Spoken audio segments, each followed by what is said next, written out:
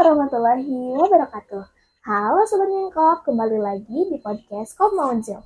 Pastinya buat Sobat Ngingkop, jangan lupa ya untuk selalu ikuti keseruan dan kegiatan kita di sosial media Kopma Unsil. Dan jangan lupa juga untuk like, komen, dan subscribe di channel YouTube Kopma Unsil. Oh ya teman-teman, di video kali ini tentunya Ngingkop udah hadir nih dengan narasumber kita. Boleh memperkenalkan diri? Halo Sobat Minkop, kenalin aku Elsa Safitri, aku dari jurusan Pendidikan Masyarakat Angkatan 2023. Dan di Kopma juga aku Angkatan 2023 nih, Teh Selfie. Oke. Sama berarti ya kita. Oh iya, beliau juga, Kak Elsa ini salah satu anggota, koordinator ya Kak, dari Betul. CSG. CSG apa nih Kak? CSG Jidicom. Boleh dong, CSG Jidicom itu apa? Jadi CSG Jidicom itu adalah suatu komunitas yang diwadahi oleh PSDA. Nah, Jidicom ini tuh singkatan dari Jurnalis Design Community yang berfokus pada pelatihan desain dan video gitu Teh. Serta jurnalisnya juga ada di sana. Iya. Nah, buat teman-teman juga, kalau misalkan kepo nih tentang Jidicom, boleh di-follow Instagram Jidicom ya Kak, ada kan? Betul, @Jidicom Kopma Unsil. Ya, teman-teman, Sobat Ngingkop semuanya boleh langsung dicek aja ya.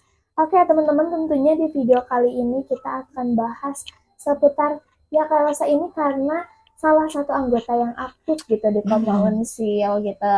Oke, kita langsung tanya aja kali ya Sobat Ngingkop. Kak Elsa, apa sih yang memotivasi Kak Elsa untuk bergabung di Kopma Unsil? Dan kenapa dulu memutuskan langsung untuk ikut UKM Kopma Unsil? Karena kan tadi angkatan 2023 ya? Betul. Berarti pas maba dong? Betul, pas maba ya langsung Coba gabung. ceritain. Oke, jadi ceritanya sebenarnya masuk ke Kopma itu tanpa persiapan gitu ya Teh. Karena aku tuh dulu kayak sebelum masuk Unsil tuh kayak aku mau masuk UKM apa nih, aku udah ada planning gitu. Tapi ketika lagi ada demo, suka ada kan pas Ombus. Demo UKM? Demo UKM, betul. Nah, tiba-tiba nih ada demo, menurut aku demonya UKM Kopma itu menarik banget gitu ya. Dimana di sana tuh dipaparin prestasi-prestasi Kopma, dan menurut aku tuh kayak, ini beneran gitu. Dan ada satu kata-kata yang menarik nih. Waktu itu ada pembicaranya tuh dari Adi Kinau. Beliau tuh bilang, Kopma itu adalah lautan samudra gitu. Dan aku tuh kayak tertarik dengan kata-kata itu gitu. Dan makanya dari itu aku penasaran, ini bener gak sih lautan samudra gitu. Dan aku sekarang rasain ternyata iya ya, Kopma itu adalah lautan samudra, asal kita tahu arah tujuannya mau dibawa kemana gitu Teh. Itu sih cerita singkat awalnya gitu. Oke, betul. Terus ada juga kan yang bilang kalau kita masuk UKM Kopma, kita masuk Unsil. Bukan masuk Unsil sih, kita pegang semuanya gitu kan. Kewirausahaannya ada, terus juga bidang organisasinya ada. Bener-bener. Belum lagi kayak kalau kalian punya minat bakat ada di CSG ya kan. Betul Tapi banget. kalaupun nggak punya minat sama bakat, yang penting punya minat doang nih, atau ada keinginan buat belajar, boleh kan masuk CSG itu. Betul. Yang 5 itu gitu. Bener banget Teh, sepakat. Aku setuju banget dan aku ngerasain itu. Gak nyesel sih sama sekali. Sama sih aku juga. Soalnya emang nyaman banget sih teman-teman kalau misalkan kalian udah gabung Kopma. Betul. Oh iya, selama jadi anggota nih pastinya Kak Elsa ini kan aktif ya. Apa sih pencapaian yang paling berkesan saat bergabung di Kopma Unsil? Apa ya? Menurut aku tuh Kopma tuh tempat aku bertumbuh gitu ya Teh. Gak kerasa gitu ya, karena mungkin aku bukan sebagai pengurus, tapi aku pengurus Kopmanya gitu.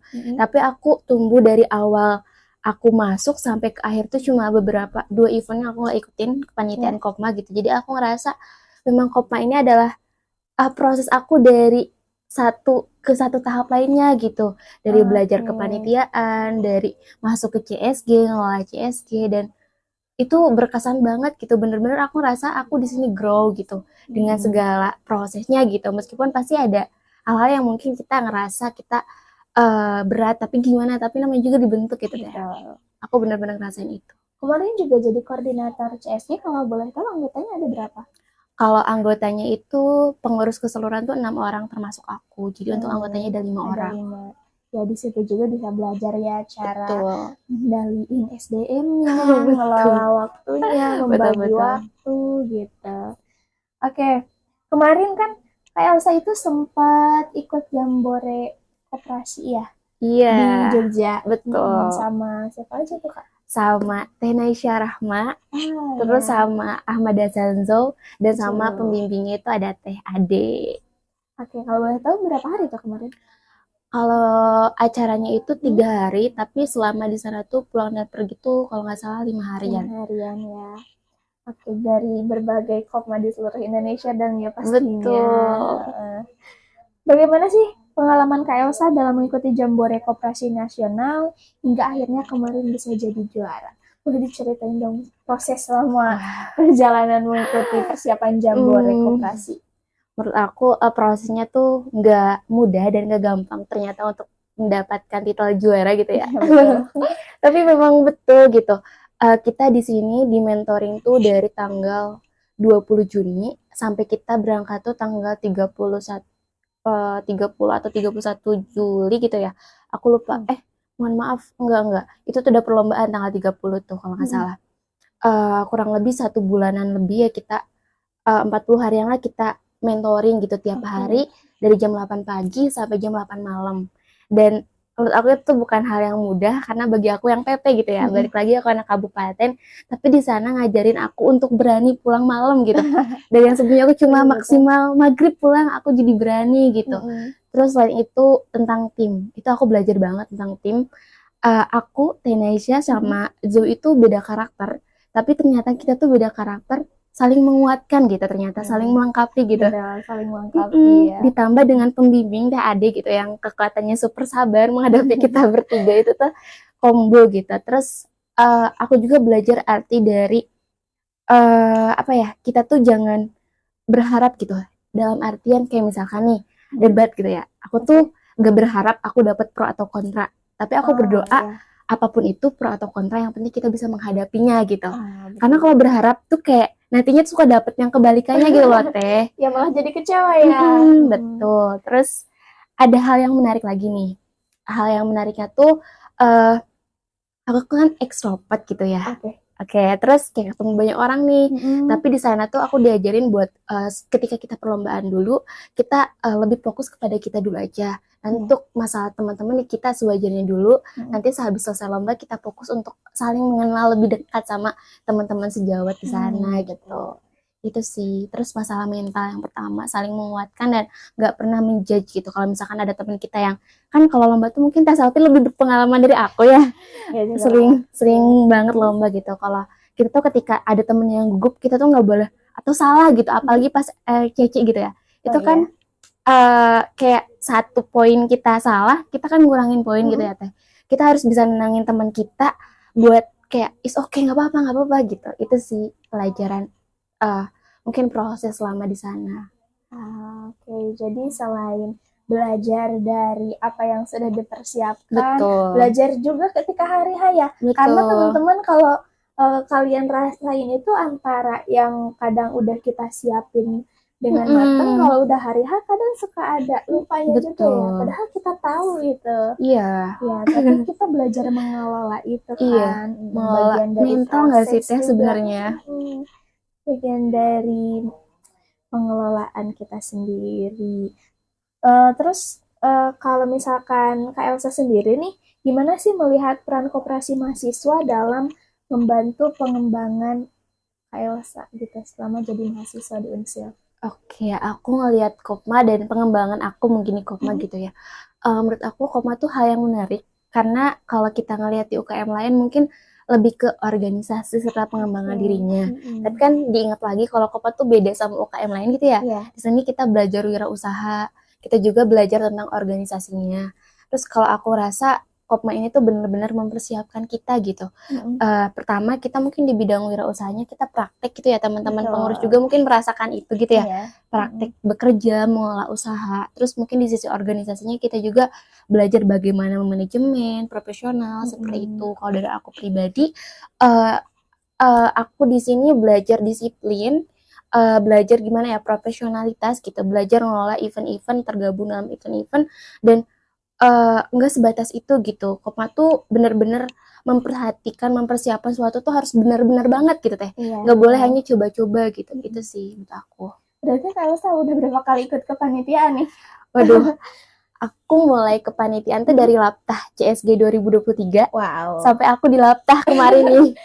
Dari awalnya cuma jadi panitia Iya. sampai orang yang dimintai pertanggungjawabannya betul. teman-teman. Berarti itu udah ada beberapa kepanitiaan tuh ya. Betul, ikut juga Munas kemarin. Oh iya, RAT Munas. juga. Mana sih paling itu ya paling besar tuh acara Munas juga. Betul, Sama Munas. Kopma Expo kan? Iya, Kopma Expo di Tapi Jam. keren sih ya. Terus apakah ada momen yang spesifik dan paling berkesan saat mengikuti Jambore Kopma? Banyak sih Teh, nggak bisa aku jelasin satu-satu gitu karena memang momennya itu loh. Oh iya, itu tuh sebenarnya fun fact ya. Aku tuh pengen banget tahun ini tuh ke Jogja, tapi aku pengen gratis gitu.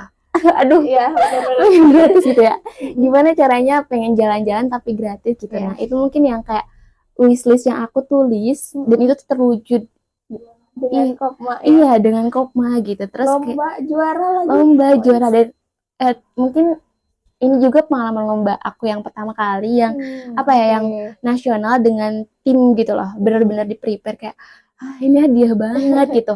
Apalagi pas ada seleksi tim lombanya itu aku tuh kayak nggak terlalu berharap gitu loh Teh. Aku daftarnya tuh kayak udah jam 2-3 berapa gitu, itu Teh ada ajakin terus kayak apakah aku bisa gitu. Aku juga kurang memahami materinya, tapi balik lagi sih mental sih, aku percaya tentang mental.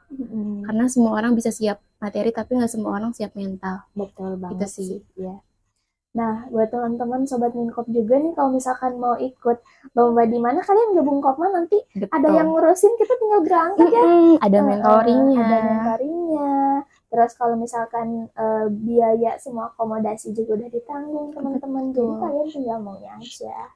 Iya, dan banyak banget gak sih Teh event-event lomba yang sering Kopma ikutin gitu? Pasti sih, apalagi kalau misalkan bukan hanya di Jawa Barat, kalau misalkan mau keluar juga kayak di Jogja kan bisa teman-teman. Oke, bagaimana Kak Elsa memotivasi anggota lain untuk aktif berpartisipasi?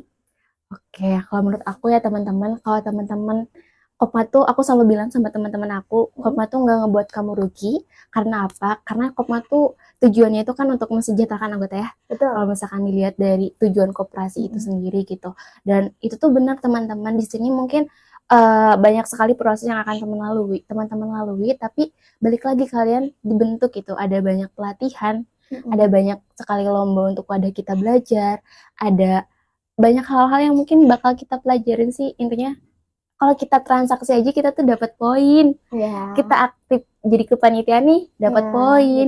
Kita bayar SHU kita nggak rugi. Kita bayar simpanan gitu, mohon maaf, kita bayar simpanan, kita dapat uangnya nanti lagi buat dibawa. Jadi aku nggak ada ruginya asal kalian siap masuk, siap tumbuh dan siap dibentuk.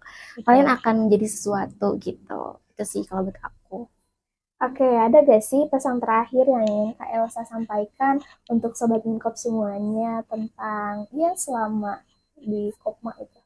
Oke, buat Sobat Minkop nih, kalian yang udah bergabung ataupun belum bergabung di Kopma gitu, kalian sekali lagi aku bilang, kalian gak akan rugi selama kalian mau belajar dan bertumbuh gitu.